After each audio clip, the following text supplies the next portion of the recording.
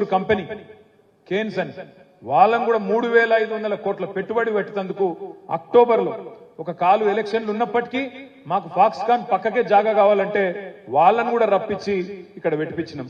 మొన్న బాధాకరమైన విషయం ఏంటంటే మొన్న వార్త వచ్చింది 15 రోజుల కింద, వాళ్ళకి మేము పోతున్నాం, గుజరాత్ పోతున్నాం, కొత్త ప్రభుత్వం వచ్చింది, వీళ్ళు చక్కగా లేరు, మేము పోతున్నామని చెప్పి మనం జాగా ఇచ్చినా జమీన్ ఇచ్చినా కూడా వాళ్ళు వెళ్ళిపోయింది. మాజీ ఐటీ మినిస్టర్ సార్ ఇట్లా అంటున్నాడు. కేటీఆర్ సార్ ఉన్నప్పుడు పెట్టుబడులు పెట్టిండ్రేమో, సార్ చెప్తుంటేనే అర్థమైతలేదా? ఇంకా 5 కాదు 10 ఏళ్ళు కూడా మేమే ఏలుబడిలా ఉంటాము, మా మీద నమ్మకంతోనే పెట్టుబడులు పెట్టుండ్రి అని అప్పట్లో ఐటీ మినిస్టర్ గా ఉన్న కేటీఆర్ సారు దావోస్కు పోయి దందా మాట్లాడుకొని రావచ్చు. ఆఖరికి ఎన్నికల తర్వాత రాష్ట్రంలో ప్రభుత్వం మారింది, పెట్టుబడులు పెడదామనుకున్న వాళ్ళు కూడా మారుతున్నట్టుండ్రు. అయినా కేటీఆర్ గారు ఇప్పుడు మీరు ఎంత మొత్తుకున్నా ఏం లాభం ఉండదు. అప్పట్లోనే మీరు ఇట్లా ప్రజల కోసం పెట్టుబడుల గురించి ఆలోచించి ఉంటే మీ బీఆర్ఎస్ పార్టీ మళ్ళా అధికారంలో ఉండేది. మీకు తెలియదు కాదు, యాద్ చేస్తున్నాం అంతే అంటున్నారు జనం.